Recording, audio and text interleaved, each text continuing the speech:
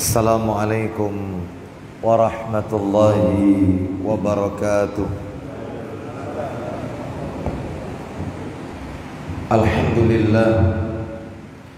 Alhamdulillahi hamdan katsiran tayyiban mubarakan fi kama yuhibbu rabbuna wa yarda.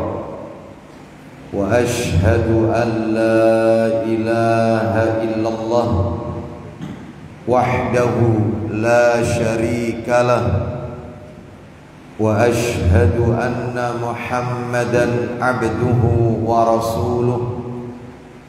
Ya ayyuhalladzina amanu taqullaha haqqa tuqatih wa la tamutunna illa wa antum muslimun. Amma ba'du, fa inna asdaqal hadisi kitabullah wa khairal hadi hadi Muhammadin sallallahu alaihi wasallam wa syarral umuri muhdatsatuha wa kullu muhdatsatin bid'ah wa kullu bid'atin dhalalah. Ikhwan wa akhwati fillah, bapak-bapak, ibu-ibu, kaum muslimin dan muslimah, jamaah salat subuh Masjid Al-Hikmah yang semoga dimuliakan oleh Allah Subhanahu wa taala. Kepada segenap pengurus yayasan dan takmir Masjid Al-Hikmah yang semoga dirahmati oleh Allah Subhanahu wa taala, tidak ada kata yang patut kita ucapkan di pagi hari ini 12 Rabiul Awal 1443 Hijriah, bertepatan dengan 19 Oktober 2021 Masehi, melainkan rasa syukur kita kepada Allah Tabaraka wa Ta'ala atas segala karunia nikmat yang telah Allah berikan kepada kita. Salah satu di antara sekian banyak kenikmatan-kenikmatan yang Allah berikan kepada kita dan kita rasakan di pagi hari ini adalah nikmat diberikannya kita kesehatan dan kesempatan untuk melaksanakan amalan-amalan ketaatan kepada Allah Subhanahu wa taala.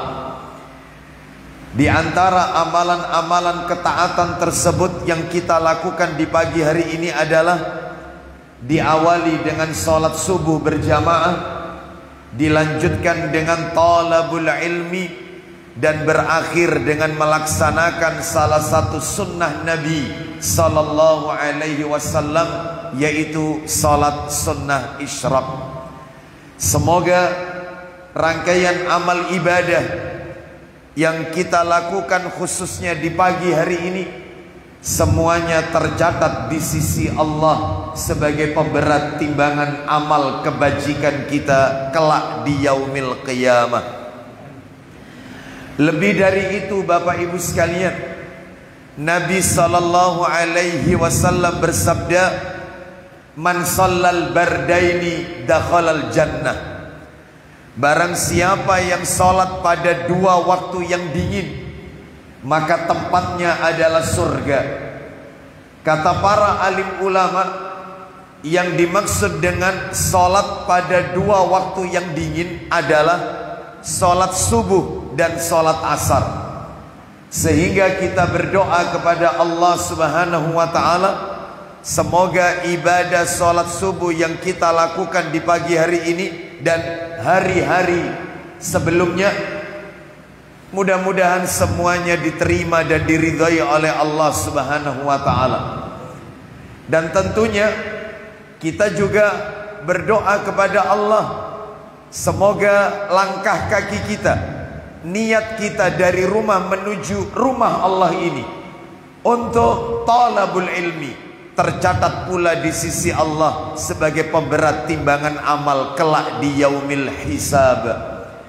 Allah Subhanahu wa taala berfirman di dalam Al-Qur'an, tepatnya di surat Yasin Surat yang ke-36 ayat yang ke-65.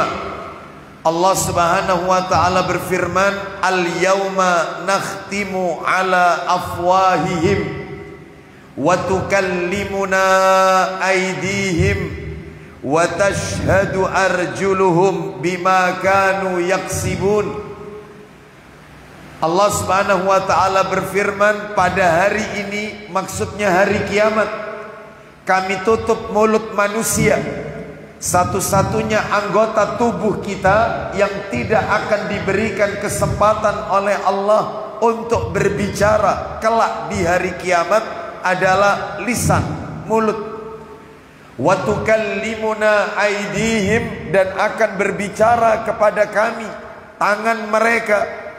Wa tashhadu arjuluhum, dan akan memberikan kesaksian kepada kami kaki mereka, bima kanu yaksibun, atas apa yang dahulu mereka kerjakan. Ayat ini menunjukkan kepada kita bahwasannya apabila seluruh alat indera yang Allah berikan kepada kita, pendengaran, penglihatan, tangan, kaki, semuanya, apabila kita gunakan di dalam rangka taat kepada Allah Subhanahu wa taala, maka akan menuntun kita kelak di yaumil akhir menuju surganya Allah Subhanahu wa taala. Tetapi apabila sebaliknya alat indera yang Allah berikan kepada kita ini kita gunakan untuk maksiat, maka tentunya ini yang akan menyeret kepada seorang hamba ke dalam azab neraka Allah Azza wa Jalla. Di dalam ayat yang lain Allah juga mengatakan di surat yang sama, surat Yasin, surat yang ke-36 ayat yang ke-12, Allah berfirman, "Inna nahnu nuhyil mauta wa naktubu ma qaddamu wa atharahum wa kulla syai'in ahsaynahu fi imamin mubin." Yang menarik dari ayat ini adalah ketika Allah mengatakan wa naktubu ma qaddamu wa atharahum, dan kami telah menulis, kami telah mencatat apa-apa yang telah mereka tinggalkan dan bekas-bekas apa-apa yang telah mereka kerjakan dan bekas-bekas yang telah mereka tinggalkan.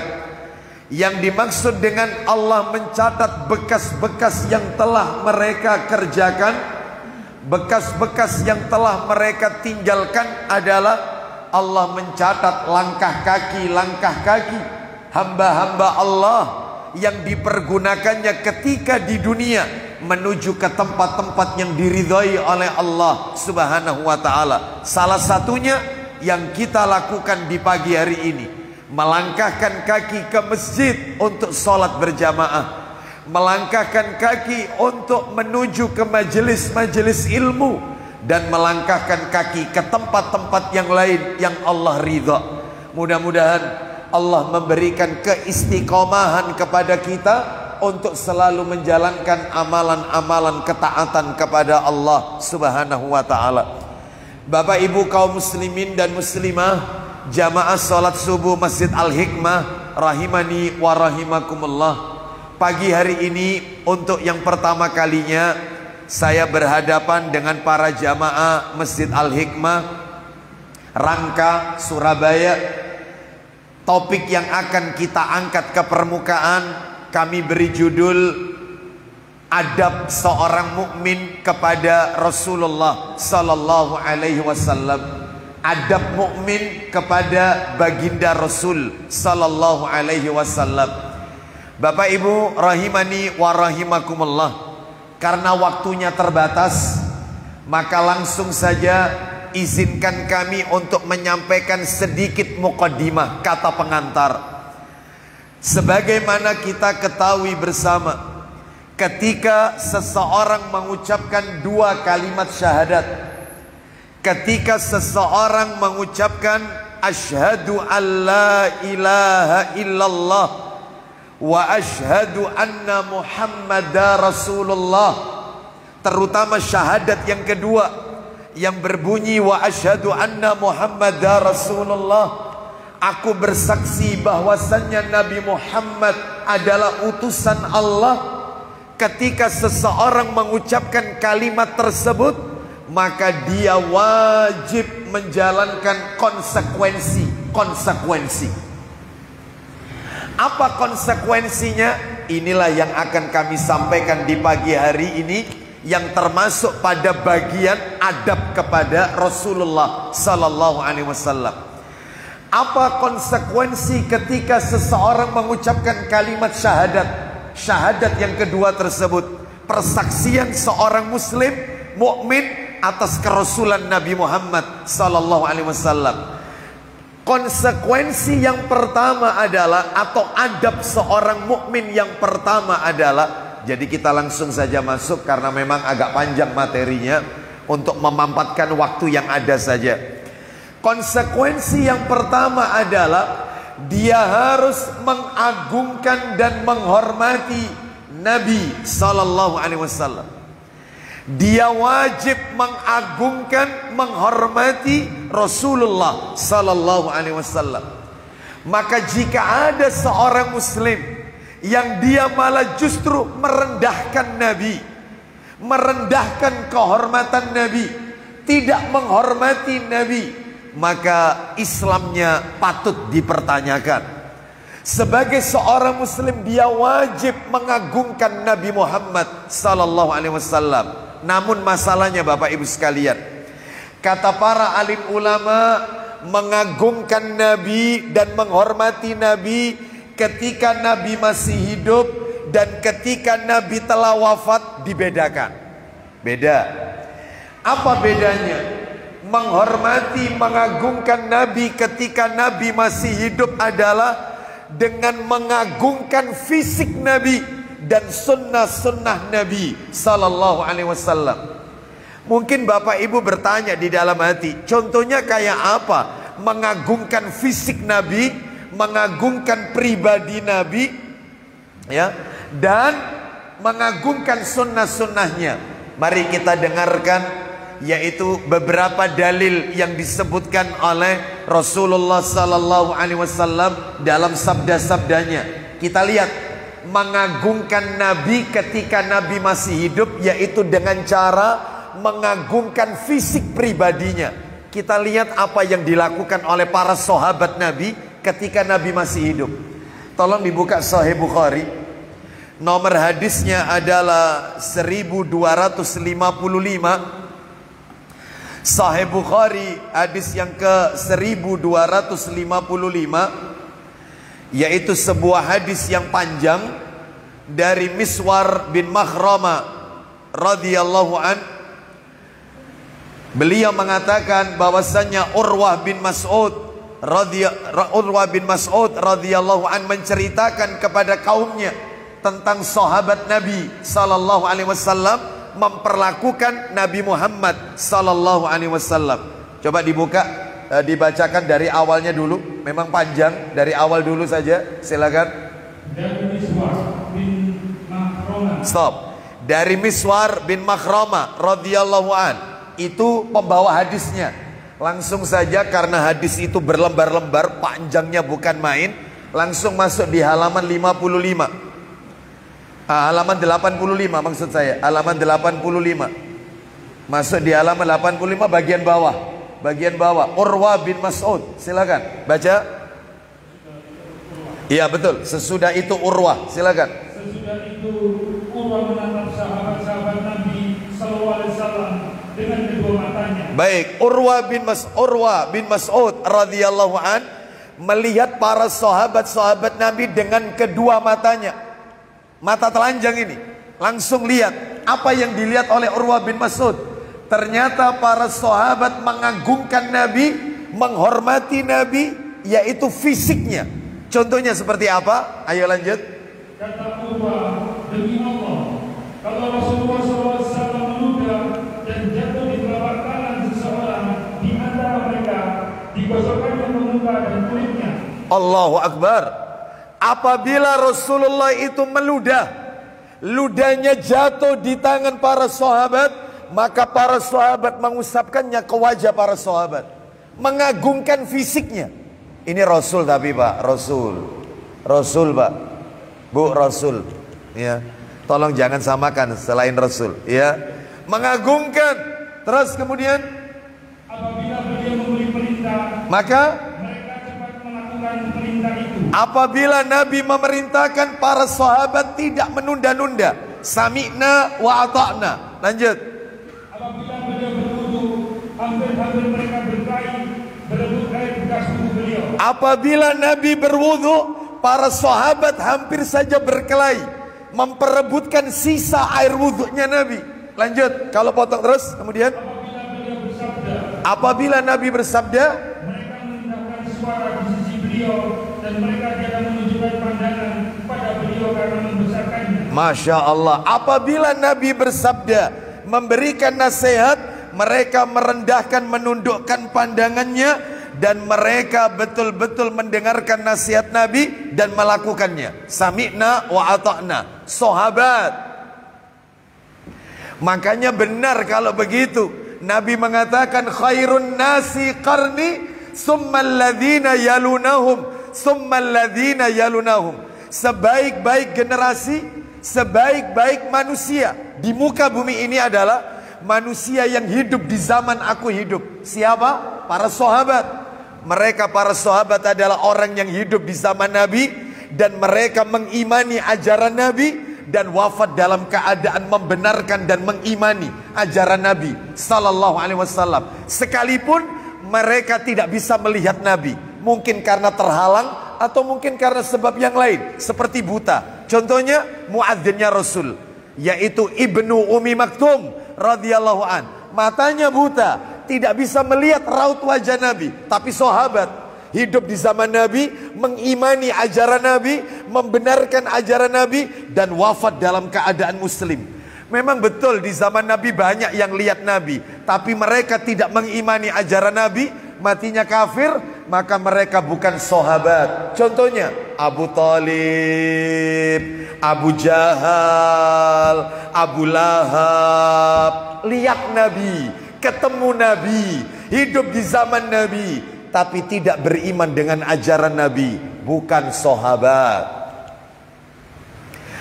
Oleh karena itu maka mereka manusia terbaik dari seluruh jajaran manusia di muka bumi ini. Kenapa? Tadi sudah kita dengarkan, mereka membesarkan Nabi, mengagungkan Nabi, fisiknya ya, fisiknya ini. Kalau Nabi masih hidup. Kita lihat lagi riwayat yang lain, riwayat Muslim. Kitabnya tidak saya bawa, nomor asli soalnya. Yang saya bawa ini cetakan terjemahan. Di dalam hadis riwayat Muslim, bagi bapak ibu yang sudah pernah download 9 kitab hadis itu, maka tinggal memasukkan nomornya saja. Di dalam riwayat Muslim, dalam Sahih Muslim, nomornya 2331, dari Anas bin Malik radhiyallahu an. 2331 ya nomor hadisnya.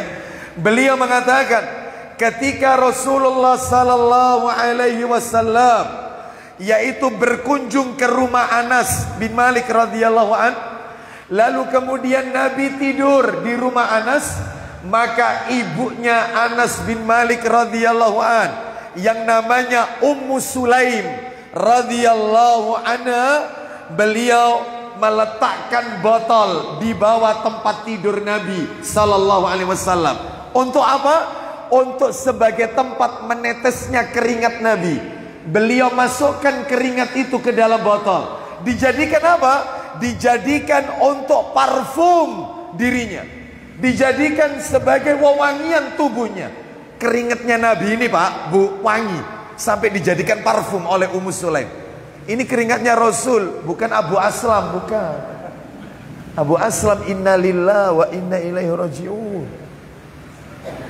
Rasul beda, mereka mengagungkan. Cerita lagi, riwayatnya nomornya sama tapi redaksi beda. Nomor sama 2331 dari sahabat Anas bin Malik radhiyallahu an.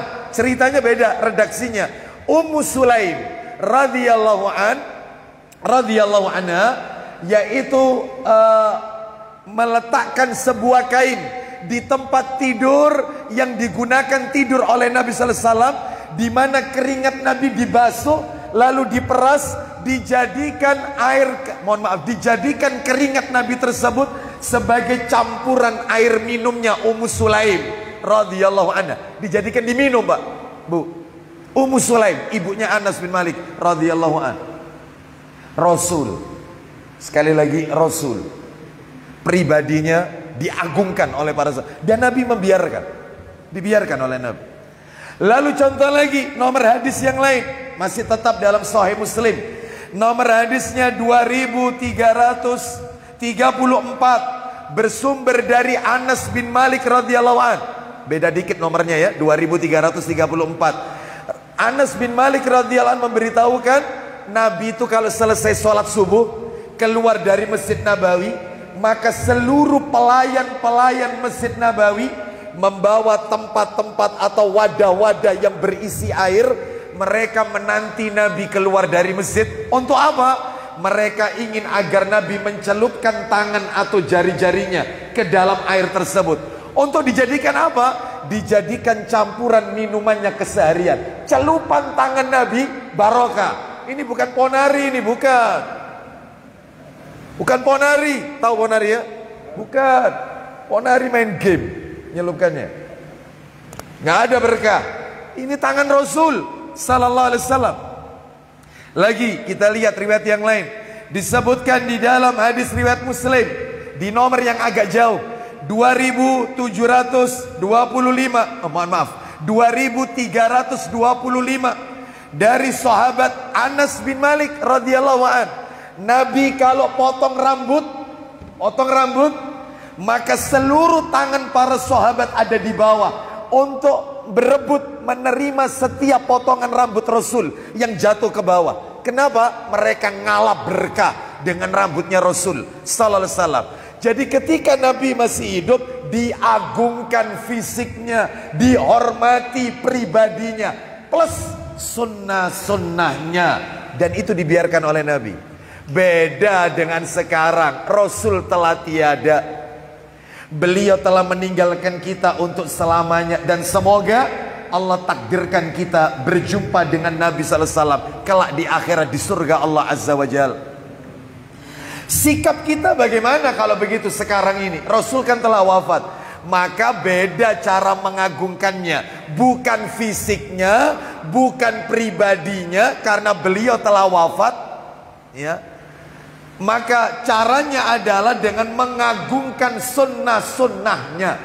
Nah itu, apa yang Nabi jalankan, apa yang Nabi lakukan, maka kita lakukan.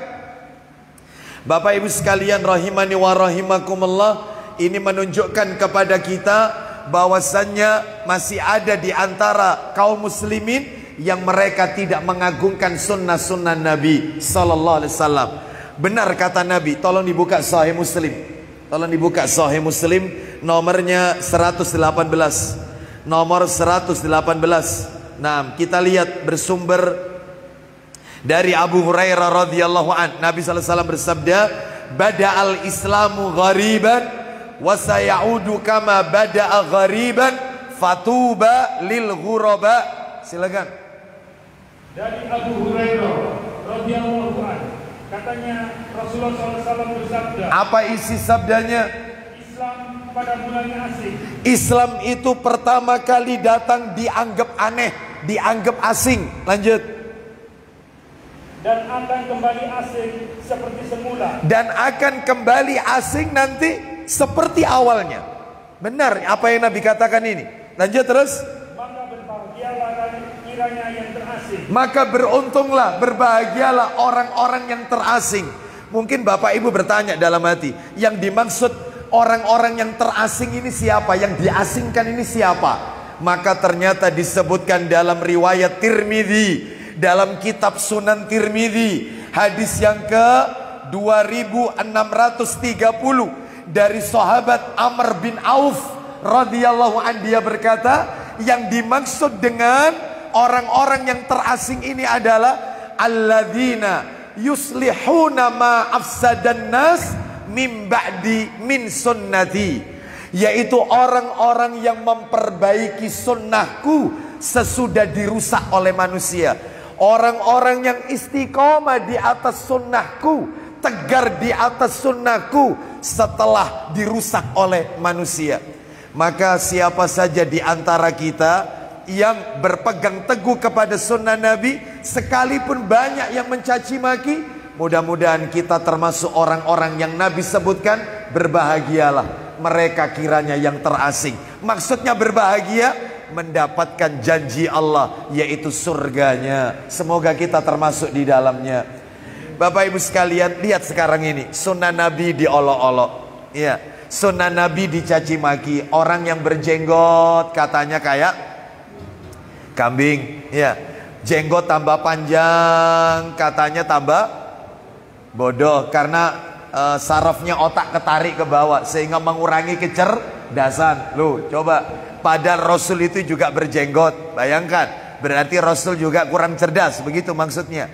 Jadi banyak sekali diolok-olok, ya. Ibu-ibu yang sudah mulai memakai jilbab yang panjang, syar'i, sudah diolok-olok lagi, katanya kayak ninja dan seterusnya. Bagi bapak-bapak yang celananya di atas mata kaki, ya, katanya kebanjiran. Padahal ini semua adalah sunnah Nabi Sallallahu Alaihi Wasallam. Oleh karena itu, maka cara kita, konsekuensi yang pertama, mengagungkan Nabi dengan mengikuti, menjalankan sunnah-sunnah Nabi Sallallahu Alaihi Wasallam. Ini yang pertama. Yang kedua, konsekuensi ketika seseorang mengucapkan kalimat syahadat wa asyhadu anna Muhammadar Rasulullah, adab mukmin kepada Rasulullah. Yang kedua adalah tasdiquhu fima akhbara. Apa itu? Membenarkan semua berita yang Nabi sampaikan. Dia tidak tolak apa yang Nabi sampaikan, ya. Membenarkan semua yang Nabi katakan, membenarkan semua yang Nabi sampaikan, sekalipun apa yang Nabi sampaikan tersebut tidak sesuai dengan akal atau logika. Wajib bagi kita sami'na wa ata'na. Kenapa? Karena Nabi tidak mungkin berdusta atas nama Allah. Karena setiap ucapan Nabi wahyu dari Allah Azza wa Jal. Tidak mungkin Nabi itu mengada-ada. Mari kita dengarkan ancamannya Allah kepada Nabi Muhammad SAW kalau Nabi mengada-ada. Tolong dibuka Al-Quran, suratnya surat nomor 69 Al-Haqqah. Coba dibantu, suratnya surat nomor 69 Al-Haqqah. Ya, surat 69 itu Al-Haqqah. Ayatnya Bapak Ibu sekalian, yaitu ayat yang ke-44 sampai dengan 46. Walau taqawwala alaina ba'dal aqawil la akhadna minhu bil yamin thumma laqata'na minhul watin. Silakan. 46, 44 sampai 46. Seandainya dia, yaitu Muhammad, mengadakan sebagian perkataan atas nama kami. Andai kata Muhammad itu mengada-ada sebagian perkataan atas nama kami, ngarang-ngarang maksudnya, mengada-ngada, maka niscaya benar-benar kami pegang dia pada tangan kanannya. Niscaya tangan kanan Nabi akan dipegang oleh Allah. Terus kemudian benar-benar kami potong urat tali jantungnya. Akan kami potong urat tali jantungnya. Rasul diancam oleh Allah kalau mengada-ada. Lah kok ada ustadz itu beropini? Kok ada ustadz nyampaikan ilmu agama, opininya masuk di situ? Yang namanya belajar agama itu adalah qala Allah wa qala Rasul wa qala sahabat. Apa yang Allah firmankan, apa yang Nabi sabdakan, apa yang dipahami oleh generasi terbaik para sahabat.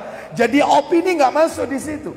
Sebab ada sebagian ustadz itu kalau ditanya oleh jamaah, Pak Ustadz hukumnya ini apa? Lalu dia jawab gini, kalau menurut saya, opini berarti menurut saya. Nggak boleh. Dia harus katakan menurut Allah dalam ayatnya begini, menurut hadis begini. Clear.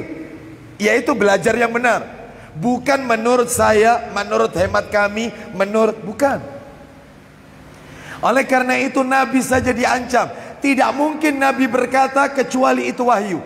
Coba kita dengarkan lagi surat An-Najm. Ayat surat An-Najm. An-Najm itu surat 53. Surat nomor 53 ayatnya insya Allah banyak yang hafal ya. Ayat 3 dan 4. Wa ma yantiqu anil hawa in huwa illa wahyu yuha. Artinya, dan tidaklah yang diucapkannya itu berdasarkan menurut keinginannya, hawa nafsunya, tetapi yang Nabi ucapkan itu adalah wahyu yang Allah wahyukan.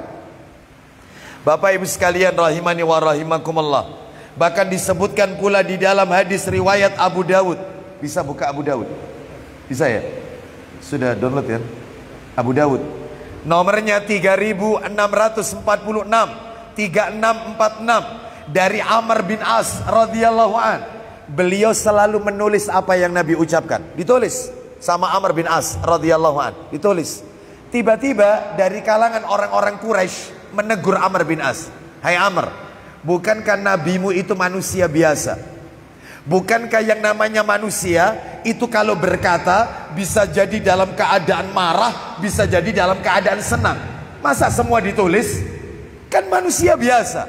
Maka Amr bin As berhenti menulis hadis, gara-gara terkena syubhat orang-orang Quraisy.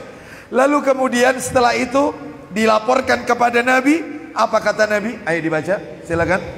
Dari Abdullah bin Amr, dia berkata, sesungguhnya aku telah menulis segala sesuatu yang aku dengar dari Rasulullah untuk kemudian aku hafal. Abdullah bin Amr bin Al-As, radhiyallahu anhuma. Lanjut teruskan. Namun banyak dari kaum Quraisy yang melarangku. Ya, melarang. Lanjut. Mereka berkata, apa katanya orang-orang Quraisy?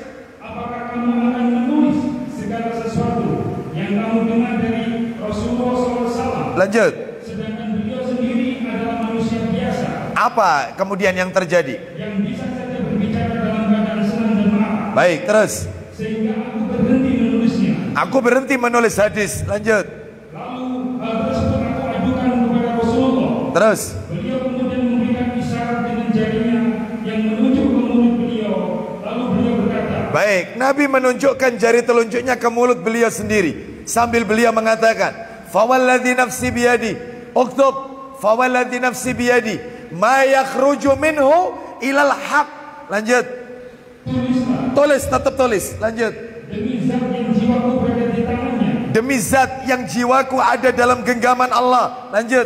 Tidak ada yang keluar darinya atau mulut ini kecuali kebenaran. Tidak ada satupun yang keluar dari mulutku ini kecuali pasti benar. Tulis. Nggak mungkin Nabi ngarang. Maka wajib bagi kita dan Bapak Ibu sekalian, yaitu sami'na wa ata'na dengan apa yang Nabi ucapkan.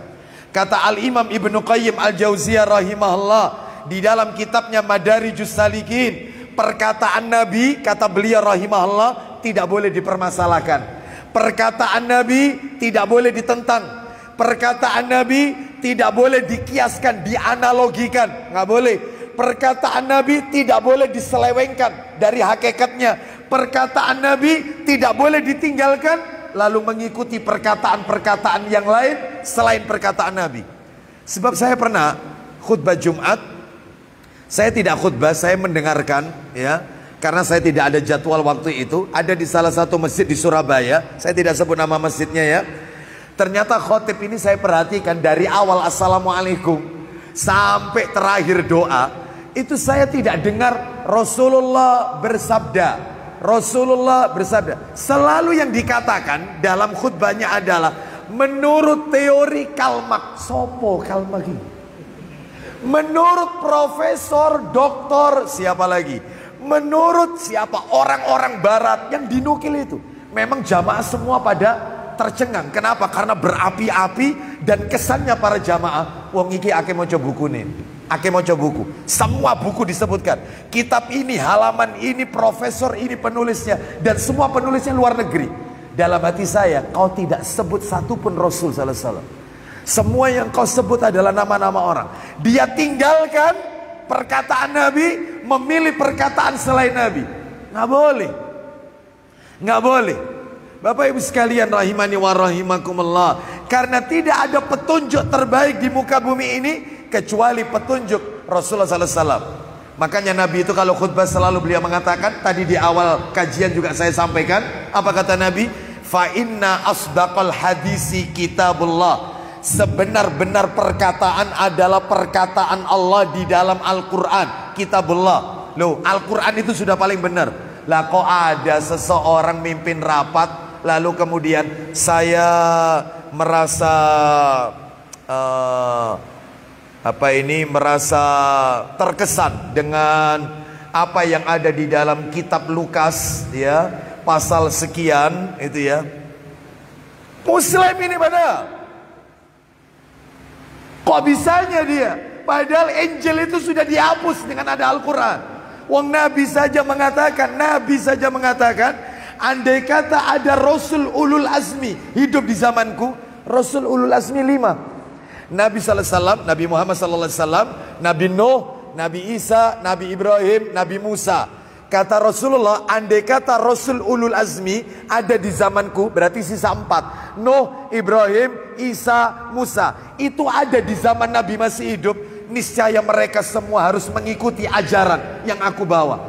Jadi terhapus itu kitab-kitab. Lah kok bisa nggak bawa Al-Quran malah terkesan sama Injil? Ada yang kayak begini ya? Ya, kayaknya nggak ada kok kayaknya. Bapak Ibu sekalian rahimani wa rahimakumullah. Ya, jadi dia tolak. Dia tidak membenarkan perkataan Nabi sallallahu alaihi wasallam. Apalagi apa yang Nabi sampaikan itu terkait dengan hal-hal yang susah dicerna oleh akal atau logika. Biasanya yang kayak begini ini aliran-aliran liberal, Islam liberal. Itu semuanya harus sesuai logika. Lah kalau agama itu pakai akal, agama itu pakai akal, maka kita akan seperti Abu Jahal. Abu Jahal itu begitu mendengar Isra Mi'rajnya Nabi, dari Mekah berangkat malam hari sampai ke Masjidil Aqsa Palestina, lalu kemudian balik lagi ketemunya, yaitu ke Masjidil Aqsa malam itu juga, ke Masjidil Haram malam itu juga. Menurut Abu Jahal nggak masuk akal, karena menurut orang waktu itu, menurut logika dia, bahwasanya dari Masjidil Haram ke Masjidil Aqsa Palestina Yerusalem itu naik kendaraan paling keren onta. Waktu itu belum ada Saudi Airlines, belum ada Saudi Airlines ya, Garuda belum ada ya. Kendaraan paling keren onta, PP 3 bulan. Lah kok ini malam berangkat, malam itu juga nyampe. Makanya jangan kaget di dalam tafsir Ibnu Katsir ketika menjelaskan subhanalladzi asra bi abdihi lailam minal masjidil haram ilal masjidil aqsa. Surat Al-Isra itu disebutkan dalam tafsir Ibnu Katsir, Abu Jahal itu memegang kepalanya. Dan semuanya orang kafir Quraisy menepukkan tangan. Tanda meledek Nabi. Nggak masuk akal. Nggak masuk akal. Wajar pakai logika. Tetapi lihat Abu Bakar As-Siddiq radhiyallahu an, begitu mendengar kisah Isra Mi'raj, sami'na wa ata'na. Mestinya begini, ya. Sebab kalau semuanya pakai akal, logika, rusak agama ini. Wong katanya Ali bin Abi Thalib radhiyallahu an, andai kata agama ini produk akal, andai kata agama ini produknya produk ro'yu, logika, niscaya orang yang bepergian, yang ketika dia ingin berwudu, maka tidak perlu melepas sepatu, mestinya yang diusap sepatunya itu bagian bawah. Ini tidak. Nabi mengajarkan kalau kita bepergian, safar, dan kita pakai sepatu, maka kalau kita mau berwudu, tidak usah lepas sepatu, cukup diusap bagian atasnya sepatu. Mestinya kalau pakai akal loh ya, yang kotor itu atas atau bawah? Bawah. Mestinya yang diusap bawahnya. Ini tidak, atasnya yang diusap. Berarti agama itu bukan akal. Bukan. Loh, terus Allah memberi kita akal ini apa Ustaz? Fungsinya akal ini apa? Akal ini Allah berikan kepada kita untuk tunduk kepada Al-Quran dan hadis Nabi. Jadi ketika dia membaca Al-Quran, hadis-hadis Nabi, sami'na wa ata'na. Akal ini diberikan oleh Allah kepada kita bukan untuk menentang isi Quran, bukan untuk menolak sabda-sabda Nabi.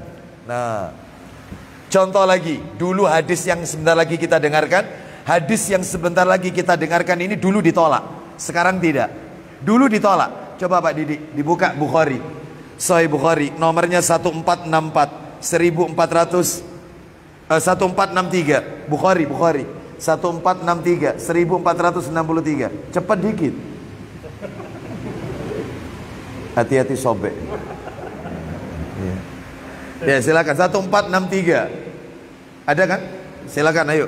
Dari Abu Nabi SAW bersabda, isinya. apabila lalat masuk ke dalam minuman seseorang. Ulang lagi.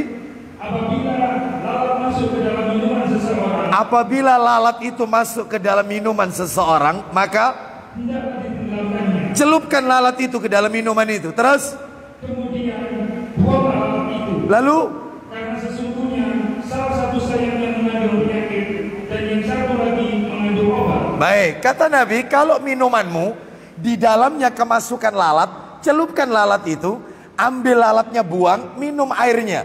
Karena salah satu sayap lalat itu mengandung penyakit, yang satunya mengandung penawar. Dulu hadis ini ditolak, tapi setelah diselidiki, tidak sedikit profesor-profesor yang dulunya kafir masuk ke dalam Islam gara-gara hadis lalat. Betul ternyata. Salah satu daripada sayap lalat itu atau kakinya itu mengandung penawar. Makanya kata Nabi, celupkan. Rasul itu kalau bicara nggak mungkin ngarang. Yang Nabi katakan itu wahyu dari Allah. Apalagi berbicara perkara-perkara gaib. Surga, neraka, Nabi Isa akan turun di akhir zaman, Dajjal akan keluar, terus Imam Mahdi akan muncul, Ya'juj Ma'juj. Ini berita gaib, azab kubur. Tidak mungkin Nabi berbicara perkara gaib kecuali semuanya dari Allah Azza wa Jalla. Jangan ditolak. Sami'na wa ata'na. Itu adab kita kepada Nabi.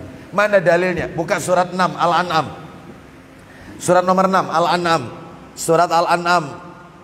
Surat nomor 6 ya, Al-An'am itu ya. Ayatnya ayat 50 Bapak Ibu sekalian. Ayat 50 Allah Subhanahu wa taala berfirman, "Qul la aqulu lakum indi ghazainullahi wala a'lamul ghaiba wala aqulu lakum inni malak in attabi'u illa ma yuha ilai. Qul hal yastawil a'ma wal basir afala tatafakkarun." Ayo. Katakanlah Muhammad, Ya. aku tidak mengatakan kepadamu bahwa perbendaharaan Allah ada padamu. Lanjut. Dan tidak pula aku mengetahui yang gaib. Aku tidak pula mengetahui yang gaib. Terus Dan tidak pula aku mengatakan kepadamu bahwasanya bahwa aku seorang malaikat. akan tetapi Aku tidak mengikuti kecuali apa yang diwahyukan kepadaku. baik, aku tidak mengikuti kecuali semuanya adalah wahyu dari Allah SWT. Baik, yang ketiga sekarang. Yang ketiga, konsekuensi, yaitu seorang hamba kepada Rasulullah SAW. Ya, konsekuensi seorang muslim mukmin kepada Nabi SAW adalah yang ketiga, ta'atuhu fima amara, mentaati yang beliau perintahkan. Sami'na wa ata'na, mentaati. Mana dalilnya? Buka Sahih Bukhari. Nomornya 1952, 1952. Nabi SAW bersabda, "Kullu ummati yadkhulunal jannah illa man aba." Qila wa man ya'ba ya Rasulullah? Qala man ata'ani dakhalal jannah wa man asani faqad aba. Ayo. Dari Abu Hurairah radhiyallahu anhu bahwa Rasulullah SAW bersabda, Ya, terus setiap umatku masuk ke dalam surga. setiap umatku masuk ke dalam surga. Mudah-mudahan kita semua termasuk di dalamnya ya. Lanjut teruskan. Selain orang yang enggan, Kecuali orang yang enggan, orang yang tidak punya keinginan masuk ke surga. Apa ada? Lanjut. mereka bertanya, ya Rasulullah, Siapa? siapakah yang enggan itu? Siapa yang enggan itu? Lanjut. Jawab beliau, siapa yang mematuhi perintahku Siapa yang mentaati perintahku? masuk surga. Terus. Dan siapa yang melanggar perintahku, Siapa yang melanggar perintahku, mendurhakaiku, tidak mengikuti perintahku, maka sesungguhnya orang itu enggan. orang itulah yang enggan. Bapak Ibu, ada satu ayat Quran, Anda akan kaget kalau dengar ayatnya. Allah berfirman di surat An-Nisa ayat 80, surat nomor 4 ayat 80. Apa kata Allah? Pendek ayatnya, kita baca di awal ayat aja. Anda akan kaget. Allah berfirman, "Mayyuti'ir rasul faqad ata Allah." Lihat ayatnya. Mayyuti'ir rasul faqad ata Allah. Siapa yang mentaati Rasul Muhammad otomatis sama dengan mentaati Allah. Ayatnya tidak mengatakan mayyuti'illaha faqad ata ar-rasul. Enggak. Siapa yang mentaati Allah otomatis mentaati Rasul. Enggak. Ayatnya nggak bilang begitu. Ayatnya mengatakan siapa yang mentaati Rasul otomatis mentaati Allah. Berarti kalau begitu kuncinya di satu orang ini. Siapa ini? Muhammad sallallahu alaihi wasallam. Kuncinya di sini. Taat sama beliau otomatis taat sama Allah. Bapak Ibu sekalian rahimani wa rahimakumullah. Adapun yang dimaksud dengan mentaati di sini adalah perintah-perintahnya dijalankan, lalu kemudian larangan-larangannya ditinggalkan. Mana dalilnya? Ayo dibuka surat An-Nisa ayat 69. Saya yakin Bapak Ibu sering baca ayat ini. An-Nisa ayat 69. Minimal telinga kita familiar dengan ayat ini. An-Nisa 69. Wa may yuti'illaha war rasula faulaika ma'alladzina an'amallahu alaihim minan nabiyyin was-siddiqin wasyuhada was-salihin wa hasuna ulaika rafiqa. Silakan. Dan barang siapa yang mentaati Allah dan Rasulnya, mereka itu akan bersama-sama dengan orang-orang yang dianugerahi nikmat. Siapa orang-orang yang dianugerahi nikmat itu? Silakan. Yaitu nabi-nabi. Loh, orang itu kalau taat kepada Rasul, dia akan bersama dengan para nabi-nabi. Ya, terus para sidikin, terus syuhada, terus bagaimana mereka itu? Mereka itulah teman sebaik-baiknya. Mungkin Bapak Ibu bertanya, memangnya nabi itu jumlahnya banyak? Kok pakai disebut nabi-nabi? Berarti jumlahnya banyak. Iya, nabi itu jumlahnya banyak. Dalam satu riwayat dikatakan oleh para ulama, ya tidak kurang, berarti lebih ya. Tidak kurang 120.000. Tidak kurang 120.000. Jumlah Rasul tidak kurang 300. Jumlah Rasul yang kita ketahui cuma 25 orang nabi saja. Nabi Adam alaihissalam sampai Nabi Muhammad sallallahu alaihi wasallam. Padahal jumlah nabi itu puluhan ribu, 120.000. Tidak kurang. Dan Rasul tidak kurang dari 300. Baik Bapak Ibu sekalian, oleh karena itu mentaatinya. Terus kemudian yang keempat sekarang, kita persingkat, sebentar lagi kita akhiri ya. Yang keempat, adab seorang mukmin kepada Rasulullah, ijtinabu manaha anhu wazajara. Nah itu. Apa itu? Menjauhkan diri dari apa-apa yang Nabi larang. Semua yang Nabi larang tinggalkan. Tinggalkan. Mana dalilnya? Ayo dibuka surat 59 ayat 7. Pak Didi, surat 59 ayat 7 dibuka. Surat 59 itu surat apa? Al-Hasr, betul, sahih. Surat 59 itu Al-Hasr. Ayatnya ayat yang ke-7. Saya tidak baca dari awal, saya baca penggalannya saja. Saya baca penggalannya saja. Allah Subhanahu wa taala berfirman, yang ke tengah hampir akhir, tengah hampir akhir. Wa ma atakumur rasulu fakhuduh wa ma nahakum anhu fantahu. Silakan. Apa yang diberikan Rasul kepadamu maka terimalah. Apa yang Rasul berikan kepadamu terima. Lanjut. Dan apa yang Rasul larang tinggalkan, jauhi. Bapak Ibu, mohon maaf ini sekedar tambahan saja. Orang yang meninggalkan larangan itu lebih susah daripada melakukan perintah. Saya ulang ya. Orang yang meninggalkan larangan lebih berat, lebih susah daripada melaksanakan perintah. Kenapa? Orang yang melaksanakan perintah itu ada dispensasi sesuai dengan kemampuan. Ini kebanyakan ini. Ya. Sesuai dengan kemampuan, ya. Bapak Ibu sekalian rahimani wa rahimakumullah. Sesuai kemampuan. Apa kata Nabi? Nabi mengatakan, "Manahaitukum anhu fajtanibuhu wa ma amartukum bihi faf'alu minhu mastata'tum." Apa yang aku larang, jauhi. Apa yang aku perintahkan, kerjakan sesuai kemampuan.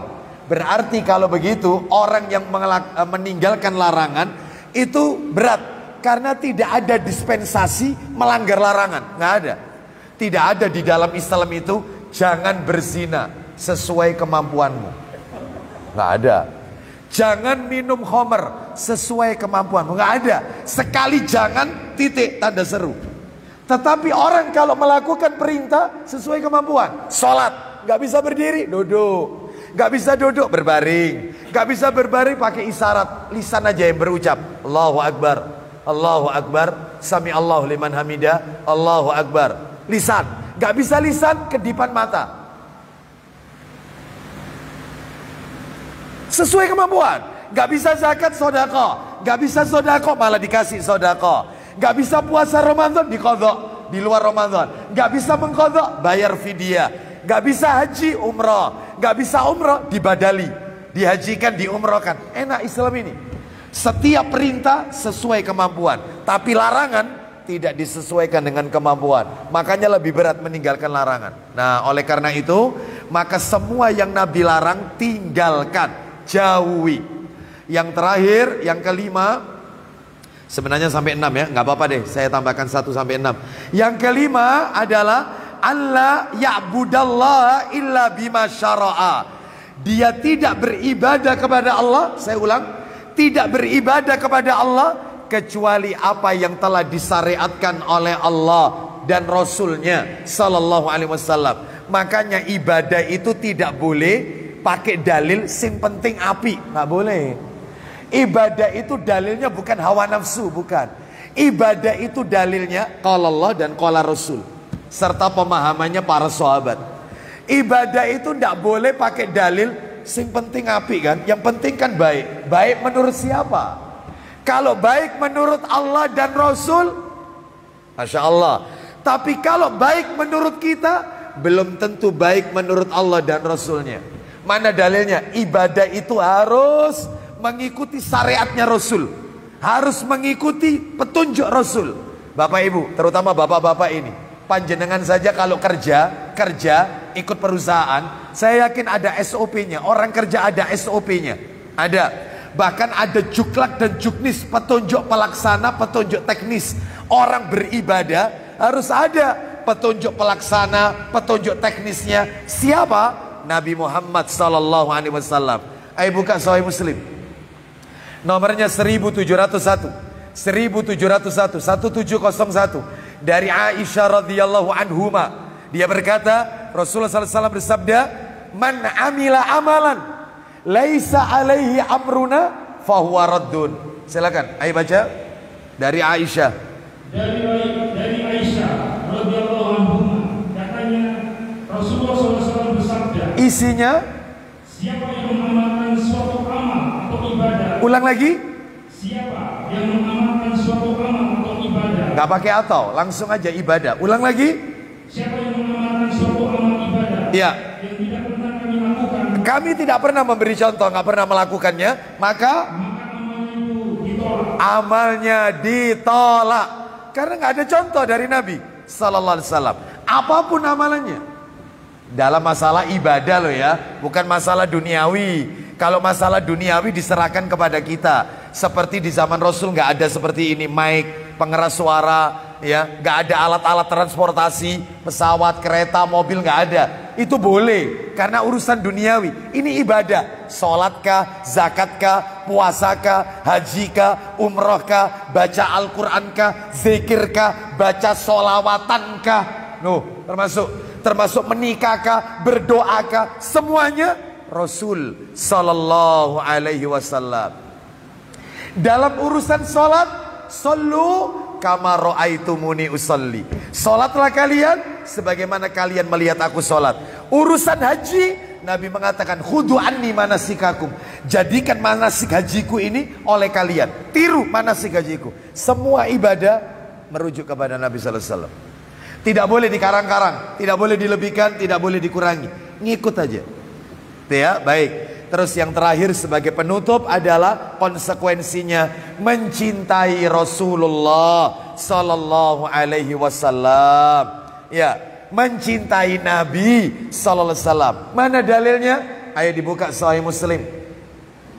Sahih Muslimnya dibuka nomor 2269, 2269. Ya, kita akhiri kajian kita setelah yang satu ini berakhir ya. Ini yang nomor 6 ini ya. Ya, nomor 6. Ayo, sebenarnya masih banyak ya. Kita cukupkan sampai 6 saja. Ayo, silakan. Dari Anas bin Malik radhiyallahu anhu, katanya ketika aku dan Rasulullah SAW pada suatu ketika keluar dari masjid. keluar dari Masjid Nabawi. Terus tiba-tiba kami ditemui oleh seorang laki-laki di pintu masjid. nah di pintu masjid. Lanjut. Lalu dia bertanya, Apa kata laki-laki itu? Ya Rasulullah, mata sa'ah. Silakan. ya Rasulullah, bila akan terjadi hari kiamat? Kapan kiamat itu terjadi? Orang kalau tanya kapan, berarti yang ditanyakan itu waktu. Kalau tidak harinya, ya tanggalnya, ya bulannya, atau tahunnya. Ternyata apa dijawab oleh Nabi? Tidak. Malah Nabi justru bertanya kepada orang itu. Kata Nabi, ma'adatta laha. Silakan. Jawab Rasulullah SAW, apakah yang telah engkau persiapkan untuk itu? Baik, apa yang sudah kau siapkan kalau kiamat itu terjadi? Gak usah tanya kapan. Kalau kiamat itu terjadi, amalmu itu apa? Bekal yang sudah kau kumpulkan itu apa? Maka orang ini menundukkan kepala. Lanjut. Laki-laki itu kelihatan seperti menunduk. Menundukkan kepala terus. Kemudian dia berkata, Ya Rasulullah, ma'adatu laha kabira salatin wala siyamin wala sadaqatin. Silakan. tidak banyak yang telah kau siapkan. Baik. Baik itu berupa sholat sunnah, Terus. puasa, Terus. dan sedekah. Gak banyak yang aku perbuat. Entah itu dari urusan sholat, puasa, atau yang sodako atau zakat. Akan tetapi Tetapi aku sungguh-sungguh mencintai Allah dan Rasulnya. tapi aku sangat mencintai Allah dan mencintaimu wahai Rasulullah. Bapak Ibu tahu apa yang Nabi katakan? Karena orang ini saking cintanya sama Nabi. Apa kata Nabi? Silakan. Maka bersabda Nabi SAW, Fa'anta ma'aman ahbabta. Silakan. engkau akan senantiasa bersama-sama kecintaanmu itu kelak. Kau akan bersama dengan orang yang kau cintai kelak di hari kiamat. Sama dengan siapa ini? Bersama dengan siapa? Nabi Muhammad SAW. Karena cinta. Lah Bapak Ibu sekalian, yang namanya mencintai Nabi itu ya ada syaratnya. Cintanya itu jangan sekedar klaim, pengakuan cinta Rasul, cinta Nabi, tapi perilakunya nggak sesuai dengan Nabi Sallallahu Alaihi Wasallam. Lah yang namanya cinta itu, kalau saya tanya sama panjenengan, Pak tolong sebutkan, Bu tolong sebutkan cirinya orang mencintai seseorang. Apa itu cirinya? Biasanya sering ingat, sering menyebut namanya, rela berkorban, pengertian, mentaati apa yang diperintahkan oleh orang yang kita cintai. Biasanya begitu tandanya orang cinta. Betul, tidak salah. Saya tambahkan satu tapi.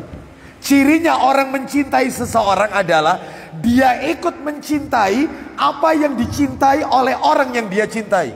Dan dia ikut membenci apa yang dibenci oleh orang yang dia cintai. Kalau cinta kepada Rasul, cintai apa yang Nabi cintai. Kalau cinta kepada Rasul, bencilah apa yang Nabi benci. Yang Nabi gak suka, tolong tinggalkan. Jangan mencintainya, jangan menyukainya. Nah Bapak Ibu pasti pengen tanya ini, kira-kira yang disukai Nabi itu apa saja Ustadz? Yang dicintai Nabi itu apa saja? Saya sarankan untuk beli 2 buku ini. Ini kalau tak jelaskan rinci semua sampai duhur ini nanti ya. Ini ada 2 buku, 2 jilid ini, 2 jilid. Ini kitab Arab, buku Arab yang sudah diterjemahkan dalam bahasa Indonesia. Buku ini berjudul Apa yang Dicintai dan Dibenci Nabi. Ya, ini jilid 1. Terus ini lebih banyak jilid 1 yang dicintai Nabi. Yang jilid 2 lebih banyak yang dibenci Nabi. Ya, baik. Ustadz ini belinya di mana? Insya Allah yaitu kalau di sekitar Rangka, insya Allah tidak ada. Ya. Lah terus kemana? Ya mau tidak mau karena ini kitab Arab harus ke Surabaya Utara. Mana Surabaya Utara ini? Ya. Sini termasuk Surabaya apa ini? Utara ya, tapi bukan Rangka, bukan. Ya. Mana ini ya? Ya Bapak Ibu tahu lah daerah mana itu ya. Gudangnya kitab Arab. Silakan dimiliki. Mudah-mudahan masih ada. Saya punya buku ini kira-kira 12 tahun yang lalu. Ya, mudah-mudahan masih ada buku ini ya. Mudah-mudahan. Penerbitnya Pustaka Azam. Baik. Ada saya kasih tahunya di sini. 12 tahun yang lalu saya punya buku ini. Bapak Ibu sekalian rahimani wa rahimakumullah. Di sini lengkap dalam urusan ibadah apa yang disukai Nabi sampai urusan makanan yang disukai Nabi itu apa? Semuanya disebut di dalam sini. Contoh aja, contoh yang disukai Nabi. Yang disukai Nabi, Nabi menyukai mendahulukan sesuatu itu dari arah kanan. Nabi suka mendahulukan sesuatu itu dari arah kanan. Contoh, ayo dibuka dalilnya. Sahih Muslim. Jangan ditutup. Belum kelar ini. Ya, nomornya 213. Ya. Dari Aisyah radhiyallahu anha dia mengatakan kana ahabba ya. Aisyah radhiyallahu anha mengatakan kana Rasulullah sallallahu alaihi wasallam yuhibbu tayammuna fi sya'nihi kullihi. Silakan.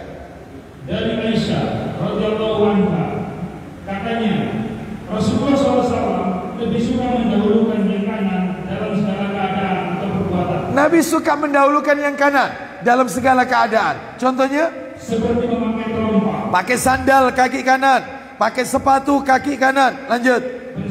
Bersisir dimulai dari rambutnya sebelah kanan. Lanjut.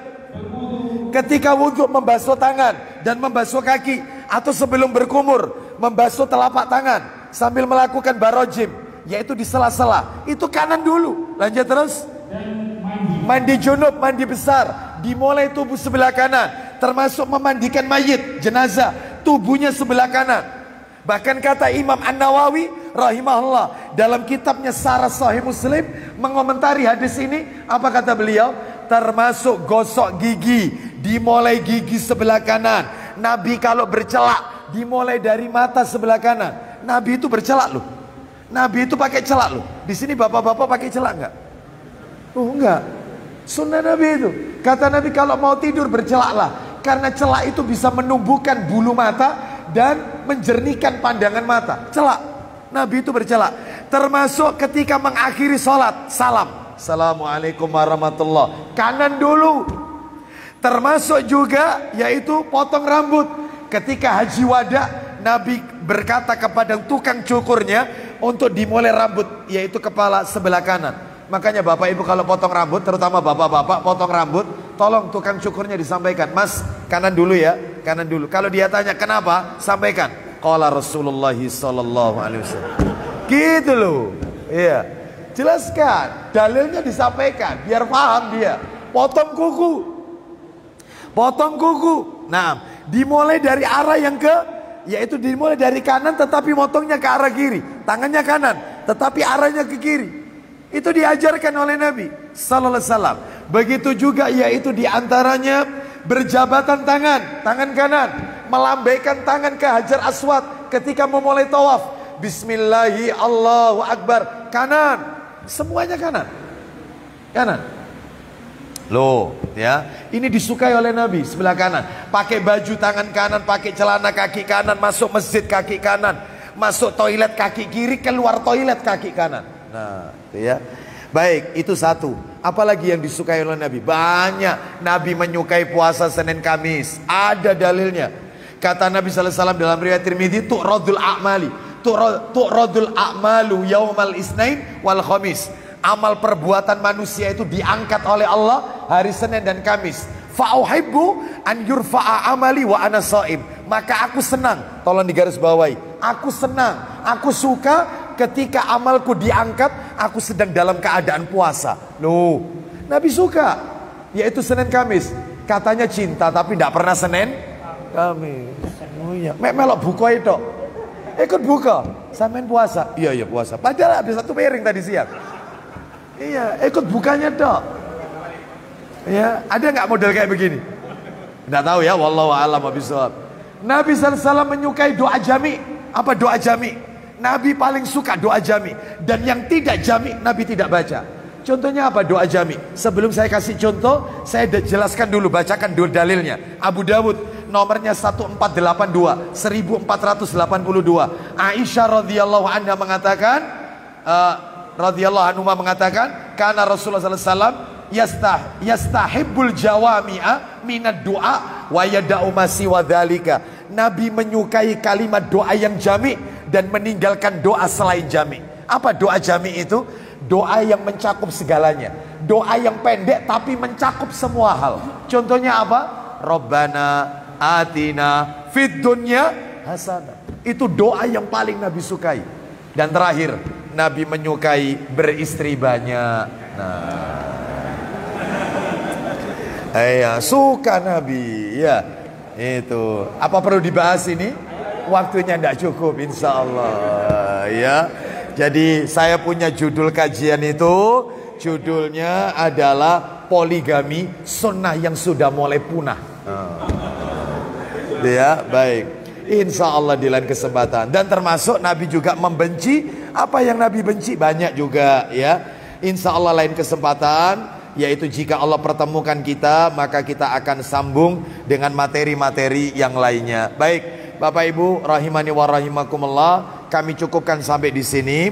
Mohon maaf karena waktunya saya masih ada amanah, yaitu di tempat lain ya, di daerah Ketapang Besar, Surabaya.